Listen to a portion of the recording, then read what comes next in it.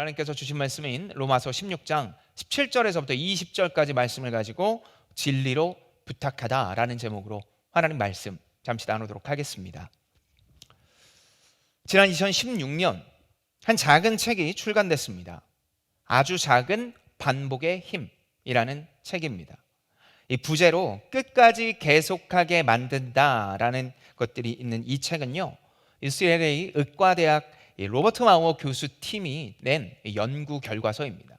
연구 결과서라고 하니까 조금 어렵고 좀 우리가 보기에 쉽지 않은 책처럼 보이지만 사실 간단하면서도 대단히 흥미로운 내용을 담고 있습니다. 모든 사람은 결심을 하죠. 그런데 여러분, 그 결심이 30일이 지나면 약 60% 정도가 포기합니다. 모든 사람은 결심을 하는데 30일 정도가 되면 10명 중에 6명은 포기를 한다는 겁니다. 그리고 그 목표에 도달하는 사람, 모두가 목표를 정해놓지만 그 목표에 도달하는 사람은 약 8%.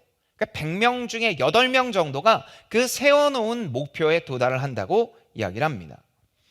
그렇게 100명 중에 10명 정도가 도달하는 목표, 이 모든 과정 속에 이것이 왜 100명 중에 8명만 목표에 도달을 하는지에 대한 이야기가 아주 작은 반복의 힘에 나옵니다. 그것을 뇌에 대한 이해 부족으로 이야기를 하죠. 우리 뇌는 갑작스러운 변화를 위협으로 받아들입니다. 그래서 많은 사람들이 어떤 변화 속에 있을 때 이것이 긍정적인 변화든 이것이 부정적인 변화든 관계없이 무조건 변화하면 뇌는 공격적으로 받아들인다는 겁니다. 심지어 그 변화의 폭이 클수록 더 큰 위협으로 받아들입니다.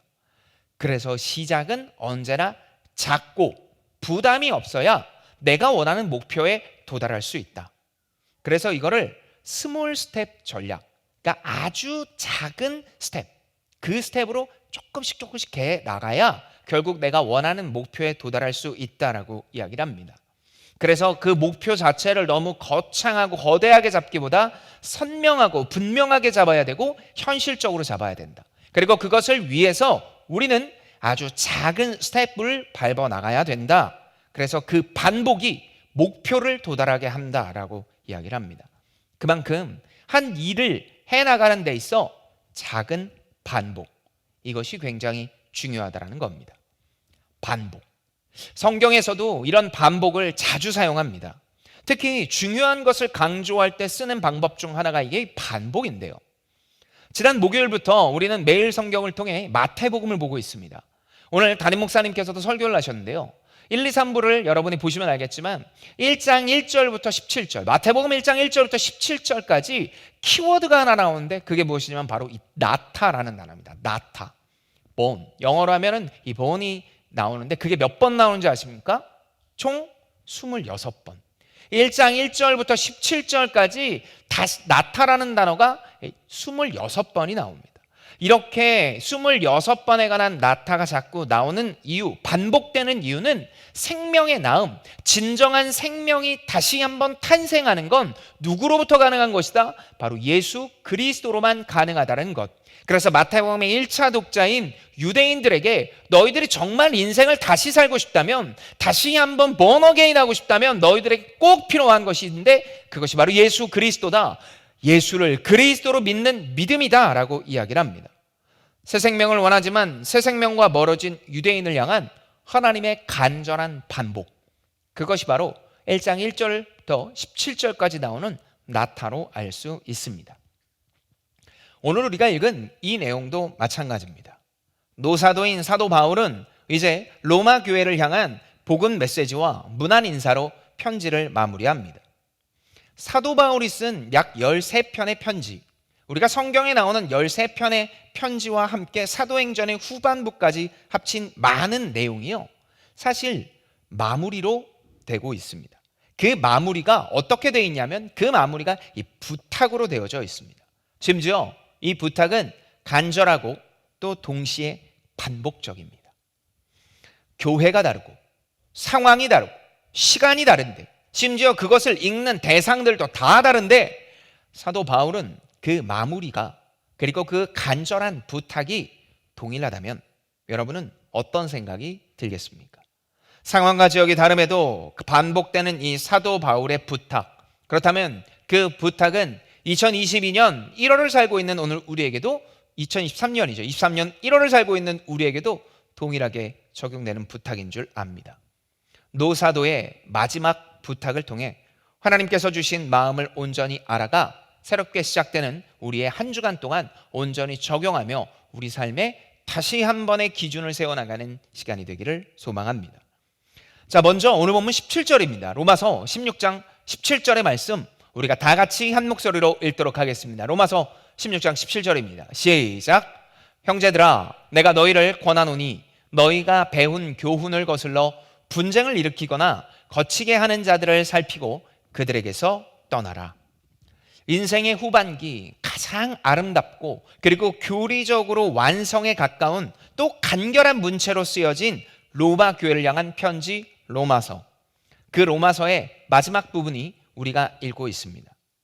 로마 교회는 사도 바울이 세우지 않았습니다.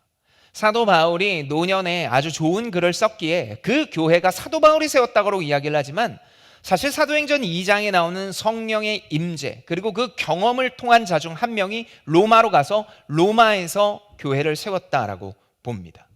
그러니까 사실 바울은 로마 교회와 직접적으로 연결이 되지는 않았습니다. 그럼에도 불구하고 자신을 통해 그리고 자신이 복음과 연결되어진 것을 통해 사도 바울은 로마 교회의 어려움을 알았고 그리고 그것에 책임을 느껴 편지로 돌보고 있습니다. 당시 로마 교회는 가정교회였죠. 그리고 가정교회 지도자들은 신학적 분별력이 부족했고 이단이나 또 그릇된 신학이 교회를 위협했습니다. 예를 들어 내가 믿음을 가지고 있고 복음으로 말미암아 삶이 변했는데 그것에 대한 확신이 없다 보니까 유대인처럼 할례를 받아야 된다, 삶이 분별돼야 된다라고 이야기를 해서 믿지 않는 사람들과 구별되거나 그들을 핍박하는 일들도 왕왕 있었습니다. 그러다 보니 교회가 교회다워짐이 무너지는 일들이 있었죠. 로마의 가정교회들도 마찬가지였습니다. 그래서 그럴까요? 사도 바울은 오늘 이 로마 가정교회 형제들에게 권합니다 라는 말로 오늘의 이야기를 시작합니다. 권하다 라는 뜻은요, 함께 해달라고 요청하다, 나의 말에 귀 기울여 달라는 의미입니다. 그러나 이 권하다라는 것은요, 내 뜻, 내 생각, 그리고 내가 믿어왔던 이 모든 메시지를 함께 해달라고 정중하면서도 강력하게 요청하는 게 권하다라는 뜻입니다. 그렇다면 이 노사도가 강력하게 권한 이 내용, 권하는 내용은 무엇일까요? 오늘 본문 17절에 나온 것처럼 배운 교훈을 거스리고 분쟁을 일으키거나 거치게 하는 자들을 잘 보고 떠나라라고 이야기를 합니다. 먼저 배운 교훈을 거스리고 라고 얘기하는데, 그렇다면 이들이 배운 교훈은 무엇일까요? 여기서 말하는 교훈은 복음으로 하나 되는 것입니다. 고린도 교회, 갈라디아 교회 등등 당시에 에베소 중심의 이 신약의 교회들은 개인의 사욕을 채우거나 자신을 자랑한 나머지 쉽게 편을 갈랐습니다. 고린도전서 1장과 2장을 보면은요, 그 안에서 나는 누구에게 배웠다, 나는 어떤 사람에게 배웠다 라고 이야기를 하며 교회 안에서 편이 갈라지고, 그리고 나는 유대인이다, 나는 할례파다 라고 이야기를 하며 나눠지는 모습까지 많이 보였습니다. 다양한 인종과 계층이 모여 있기에, 그리고 신학적으로 조금 어려운 일들이 많이 있기에 교회는 스스로가 세운 기준을 잡았고 그 기준대로 살아가려고 했으며, 그것이 충족하지 않자 분쟁을 일으켰고 그 안에 나눠지게 됐던 겁니다. 배운 교훈과 다르게 살아간 나머지 분쟁이 일어나 결국 많은 사람들이 떠나는 일들이 생겼던 겁니다. 분쟁의 원인, 내가 옳다라는 태도, 그리고 나는 누구에게 배웠다라는 이 이야기. 그렇다면 여러분, 왜 이런 생각과 이런 태도가 일어나는 것일까요? 분쟁의 원인이 되는 이 모든 것들의 시작은 스스로 높아지려는 태도, 복음으로 변화되지 못한 태도입니다. 이런 태도의 사람들과 멀어지라고 이야기를 합니다. 이런 태도를 조금 자세히 보면 오늘 보면 18절에서 이렇게 이야기를 하죠. 이 같은 자들은 우리 주 그리스도를 섬기지 아니하고 다만 자기들의 배만 섬기나니 교활한 말과 아첨하는 말로 순진한 자들의 마음을 미혹하느니라. 분쟁이 일어나는 이유에 대해 조금 더 자세히 설명하는데 그리스도를 섬기지 않고 자기들의 배만 채웠기 때문이라고 합니다. 자기들의 배만 채웠다라는 건요, 자신들의 감정을 최우선한다라는 뜻입니다. 그냥 단순히 내 배가 배부르면 된다라는 뜻이 아니라 내가 느끼는 감정, 내가 맞다고 생각하는 그 판단이 최우선이며 결국 내 감정과 상황이 우선되는 모습입니다. 이런 모습이 순진한 자들, 다시 말해 아직 온전하지 못한 성도들의 마음을 어지럽게 합니다. 언제나 내 감정과 상황이 우선시되면 하나님의 시선을 잃고 결국 내가 우선되고 교회의 목적과 방향을 잃게 됩니다.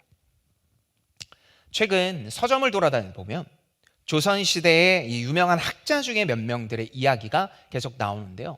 연암 박지원, 다산 정약용 이런 사람들이 썼던 책들이 정리돼서 재출간되는 모습들이 보입니다. 그런데 이 책들은요, 시기가 조금 다른데, 출판 시기가. 근데 이 책들의 공통점이 있습니다. 그게 무엇이냐면 당시 서학이라고 부르던 조선 초기 기독교의 내용들을 많이 다루고 있다는 겁니다. 7극이라고 얘기를 해서 7가지, 그게 꼭 다달아야 될 도전점이라는 책들을 기반으로 이들의 내용들이 많이 쓰여졌습니다. 연암 박지원, 다산 정약용 같은 사람들이요, 제일 깊이 다루는 부분이 있는데 그게 뭐냐면 우정입니다. 우정. 당시 조선시대는 신분의 차이가 있었음에도 불구하고 그거에 관계없이 우정이 있어야 된다. 신분에 관계없이 옆에서 도와주는 존재가 친구이고, 그리고 이 글을 읽고 있는 너희들은 반드시 이 글을 따라야 된다. 심지어 다산 정약용은 자신의 제자들에게 잠언집과 같이 아주 짧은 이야기들을 써서 선물로 줄 정도로 이 내용을 강조했습니다. 이것이 서학 정신, 다시 말해 초기 조선 기독교의 마음을 나누는 것이, 그래서 이 기독교의 핵심이 바로 여기 있다는 걸 강조한 겁니다. 내 감정, 내 판단, 내 배움. 그래서 주어가 내가 아니라 함께 하는 것, 내 옆에 있는 사람들에게 시선을 돌리는 것에 있다라고, 하나님의 시선으로 그를 봐야 한다라고 이야기를 합니다. 이처럼 기독교는 시대를 넘어 함께하는 것을 강조합니다. 이것을 위해 오늘 본문 19절에서는 이렇게 이야기를 하죠. 너희의 순종함이 모든 사람에게 들리는지라. 그러므로 내가 너희로 말미암아 기뻐하노니 너희가 선한데 지혜롭고 악한데 미련하기를 원하노라. 평강의 하나님께서 속히 사탄을 너희 발 아래에서 상하게 하시리라. 우리 주 예수의 은혜가 너희에게 있을지어다. 분별하라 라고 이야기를 하면서 선한 데는 지혜롭고 악한 일에는 미련하라. 유진 피터스는 자신이 번역한 이 메시지 성경에서 이 부분을 이렇게 번역합니다. 악한 것에는 순진한 사람이 되지 말라. 분열을 일으키는 모습, 남을 핍박하는 이야기, 그래서 교회가 분열되는 것도 모르고 내 감정에만 끊임없이 집중하는 이 사람들을 향해서 너희들은 좌시하지 말고 순진하게 그냥 그러려니 좋아지겠지, 하나님께서 지키시겠지라고 이야기를 하지 말라는 겁니다. 분명하게 하나님께서는 그것을 막으셨습니다. 내 감정, 내 이익만 생각하며 이것이 공동체를 어그러뜨리는 모습 앞에서 순진하게 받아들이지 말라는 모습, 이것이 사도 바울이 마지막에 하는 이야기입니다. 그렇다면 이것을 마지막에 이렇게 살면 어떻게 됩니까? 이것이 오늘 본문 20절에 나오는 이야기입니다. 우리가 다 같이 한 목소리를 읽도록 하겠습니다. 로마서 16장 20절의 말씀입니다. 시작. 평강의 하나님께서 속히 사탄을 너희 발 아래에서 상하게 하시리라. 우리 주 예수의 은혜가 너희에게 있을지어다.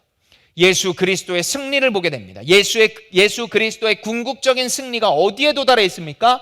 천국입니다. 천국에 올라가 지금까지 나와 관계를 맺었던 사람, 그렇게 우정이라는 하나님의 시선으로 서로 보았던 자들이 그 천국에 올라가 이름도 없이 빛도 없이 함께 모여 형제요 자매로 살아가게 된다는 겁니다. 이것이 궁극적인 최고의 승리, 최후의 승리이며 이것을 믿고 이 땅에서 함께 살아간 자들이 누리게 된다. 바로 이것이 사도 바울이 로마 교회를 향한 마지막 이야기입니다. 분명히 로마 시대에도 신분이 있었습니다. 그리고 그 차별 때문에 서로가 어렵고 힘든 일들이 왕왕 있었음에도 불구하고 그들 안에서 우정이란 이야기, 공동체가 진짜 복음 안에서 함께 되기를 기대하는 부탁, 그래서 시기가 지나도 이것이 어느 순간 어느 교회에서나 똑같이 필요하다고 이야기를 하는 게 사도 바울의 이야기였습니다. 어떻습니까? 사도 바울의 마지막 내용, 이것이 여러분은 와 닿습니까? 여러분이 로마서를 읽을 때 어려운 이유는요, 내가 신학적인 지식이 없어서가 아니라 노사도인 이 사도 바울이 인생의 수십 년 당대 최고의 교육을 받은 자가 누적된 그리고 집합된 내용이 엑기스로 드러나 있기 때문입니다. 그래서 많은 사람들이 로마서를 좀 어려워합니다. 그러니까 여러분이 몰라서가 아니라 사실 로마서를 읽고 이해가 안 되는 건 좀 당연한 일이라는 거죠. 그런데 이 어려운 로마서의 끝에 사도 바울은 이전과 똑같은 권면을 하고 그리고 부탁을 하고 있습니다. 그럼 이렇게까지 읽고 난 우리가 한 가지 질문을 하게 됩니다. 내 감정만 보지 말라는 거, 이기적으로 살지 말라는 거, 목사님, 그거 다 압니다.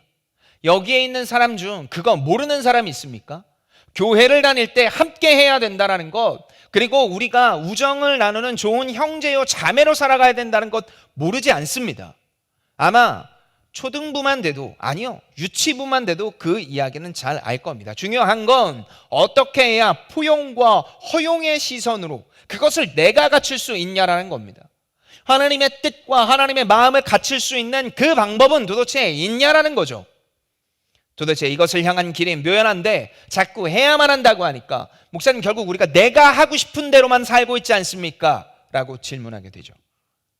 여러분, 방법은 간단합니다. 내가 나를 하나님의 시선으로 봐야 합니다.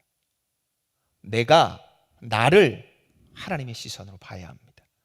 내가 경험했던 상처, 내가 경험했던 모든 일들로 말미암아 내가 나를 끊임없이 압박하고, 그리고 내가 과거에 있었던 상처와 이 모든 경험들 때문에 저 사람도 그렇게 될 거야라는 인간적인 시선으로 살아가는 것이 아니라 내가 나를 하나님의 시선으로 먼저 봐야 됩니다. 하나님이 나를 어떻게 보십니까? 너그럽고 인내하며 포용하시고 사랑하십니다. 하나님이 얘기한 십자가 위의 복음, 이 모든 상황과 환경과 어려움 속에서 하나님, 나는 어떻게 하면 좋습니까? 하나님, 내 삶에 왜 이런 일이 일어났습니까? 내가 원하지 않는 일들이 계속해서 이렇게 일어나고 어렵고 쉽지 않은 일들이 일어났는데 하나님, 나를 놓으신 것 아닙니까? 라고 질문하는 바로 이 시기 속에서 하나님이 우리에게 이야기하시는 것은 넘어가게 할 것이다 라는 이야기가 아니라 내가 너를 사랑한다.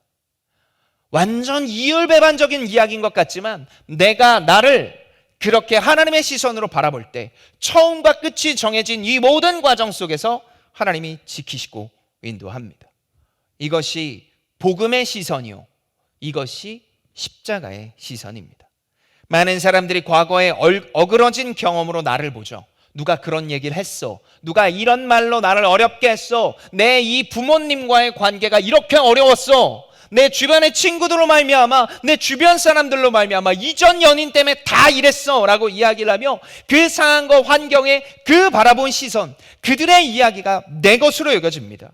그러나 잊지 마십시오. 복음으로 말미암아 우리는 완전히 변했습니다. 하나님의 자녀가 되었고 특별한 존재가 되었습니다. 그래서 하나님이 이것을 혼자서 할 수 없으니까 이 땅의 천국에서 누릴 것을 이 교회에서 누리길 기대하시며 형제요 자매라고 부르며 하나님의 놀라운 시선으로 서로를 바라볼 수 있도록 하라. 세상이 주지 않는 그 시선으로 서로가 서로를 바라보라고 이야기를 합니다. 그 시선이 나를 바라보면 결국 상대방도 그것이 필요함을 알고 우리가 바라보게 됩니다. 이 내용이 로마서에서만 나온 게 아니었습니다. 대표적으로 사도행전 20장 29절부터 31절까지에서도 이렇게 반복을 하죠. 이렇게 나옵니다.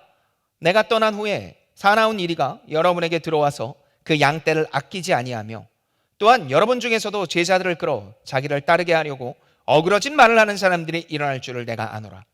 그러므로 여러분이 일깨어 내가 3년이나 밤낮 쉬지 않고 눈물로 각 사람을 훈계하던 것을 기억하라. 에베소 지역을 떠나 이제 이곳 사람들과 함께 할 수 없다라는 것을 깨달은 사도 바울이요, 이들에게 마지막 당부를 합니다. 사나운 이리 때처럼 어그러진 말을 하고 자신이 우선시되는 사람, 그래서 공동체 안에서 힘의 우위로 내가 더 옳은 생각을 가지고 있고 내가 더 맞다라고 이야기를 하는 사람들이 교회에 나타날 수 있는데 그때 그런 사람들과 함께하지 말며 3년 동안이나 계속해서 이야기했던 훈계한 바로 그 내용, 복음으로 하나 되고 복음으로 말미암아 서로가 위대한 하나님의 자녀임을 기억하라고 이야기를 합니다. 지역과 대상은 다르지만 헤어질 때마다 고린도 교회를 향해, 갈라디아 교회를 향해, 에베소 교회를 향해 끊임없이 강조하고 끊임없이 이야기한 내용이 바로 여기에서부터 시작이 됐고, 그리고 이 이야기는 언제나 교회의 핵심이며 변화와 그리고 변하는 환경 속에 이들이 잊지 말아야 될 내용으로 자리 잡고 있습니다. 사랑하는 JPeople 여러분, 복음의 시선으로 나를 봐야 합니다. 복음의 시선으로 내가 나를 보려면 하나님이 어떤 분인지 알아야 합니다. 그리고 그분이 하신 놀라운 일을 믿어야 합니다. 예수가 그리스도다. 예수가 그리스도이고 그 예수 그리스도의 십자가 얼마나 광대한 일이며 또한 그 광대한 일이 얼마나 나에게 와 닿는 일인지 믿어야 합니다. 그래서 말씀과 기도, 시간 떼서 이것 앞에 서야 하며 그냥 말씀을 단순히 읽는 것이 아니라 하나님의 시선으로 계속해서 인도하시고 함께하는 그 놀라운 시선으로 우리는 이 일에 동참해야 합니다. 저는 아시는 분은 아시겠지만 이제 오늘 이 메시지를 끝으로 JPeople 담당자에서 자리를 내려놓게 됩니다. 2020년 12월 첫째 주에 왔을 때 여기 찬양팀만 앉아 있었습니다. 여기 찬양팀만 앉아 있는데 찬양팀도 어색하고 저도 어색하고, 그런데 여기가 사람 한 명 들어오지 않아서 정말 너무너무 어려웠던 기억도 있습니다. 그런데 시간이 지나고 보니 제게는 다 좋은 일이었더라고요. 그리고 그때 당시에 AI 목사가 왔다고, 유튜브에서만 보는 AI 목사가 왔다고 서로 이야기를 하는 얘기를 듣고 나서 제가 어떻게 하면 좀 더 가까이 갈 수 있을까 고민도 했지만 결국 시간 속에서 여러 가지 일들을 경험하며 어느새 떨래야 뗄 수 없는 사이가 됐다는 걸 알게 됐습니다. 그래서 마지막에 JPeople을 향해서, 근데 제가 사임을 하는 건 아니거든요. 부서가 이동을 하게 되는데 이제 제가 JPeople 담당자에서 내려오면서 마지막에 어떤 이야기를 할까 참 고민 많이 했습니다. 사실 제가 이전 교회 몇 차례 교회를 부서를 사임을 할 때 항상 하는 얘기가 하나 있었습니다. 천국에서 보자고. 천국에서 보자고 이야기를 했습니다. 그만큼 제가 좀 약간 이렇게 뒤도 안 보고 등 돌리는 타입인데요. 제가 만약에 여기서 지금 천국에서 보자 이야기를 하고 나서 다음 주에 저희 딸이 있는 유년부에 제가 들어갔을 때 유년부 교사들이 100% 목사님 여기가 천국이에요? 이럴 걸 제가 알기 때문에 저는 그런 얘기를 하지 않습니다. 네. 그래서 제가 여러분에게 어떤 이야기를 할까 고민했고 기도하면서 했을 때 제가 지금까지 했던 이야기들의 반복, 제가 지금까지 여러분에게 무려 수백 번, 130번에 걸쳐서 했던 이야기의 엑기스인 단 하나, 여러분 말씀을 읽으십시오. 기도하십시오. 그게 우리의 몫입니다. 이 이야기를 나눠야 되겠다고 생각했습니다. 사랑하는 여러분, 말씀과 기도입니다. 교회의 어떤 변화 속에서도 우리가 이 길을 넘어갈 수 있는 건 더 좋은 사람이 와서 이 상황을 회복시키는 것이 아니라 내가 말씀을 읽고 하나님을 만나며 기도하는 겁니다. 그게 우리에게 맡겨진, 아니 예수 그리스도가 이 땅에 재림하여 왔을 때 다시 한번 이 모든 것들을 경험하게 되는 유일한 길인 줄 압니다. 말씀과 기도입니다. 여러분 잊지 마시고 사도 바울이 모든 교회, 시간과 환경을 넘어 유일하게 부탁했던 그 진리 이야기 앞에 우리도 서기를 소망합니다. 그래서 우리가 어느 순간 어느 때 만났을 때 내가 말씀으로 이렇게 하나님과 가까워졌노라고, 기도해서 하나님과 더 가까워졌노라고 이야기를 해 더 친해진 하나님과의 관계로 더 친밀해진 우리가 되기를 예수님의 이름으로 축복합니다. 우리 시간에 찬양하고 기도하길 원하는데요, 여러분, 성도의 노래라는 찬양입니다. 마지막이란 거에 의미를 두지 않았고요, 어떻게 하면 우리가 계속해서 신앙이 연장선으로 갈 수 있을까라는 고민이었습니다. 여러분, 우리는 끝이 다 정해져 있어요. 언제 무슨 일이 어떻게 일어날지 모르지만 다 죽습니다.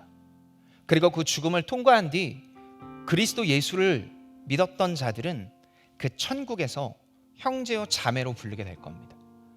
그곳에서 제 이름이 김의정으로 불릴지 아니면 그 이름이 불리지 않을지 모르지만 분명한 건 제 뒤에 지금까지 붙었던 목사, 누구 아빠, 누구 남편이라는 이름은 붙여지지 않을 겁니다. 저로 붙여져 있을 거예요. 그래서 형제요 라고만 이야기를 해도 다 알게 되는 일들이 계속해서 일어나겠죠. 그래서 오늘 부를 찬양에선 이걸 무명이라고 이야기를 합니다. 이름이 없어진다라는 건 모든 게 없어지는 것 같죠.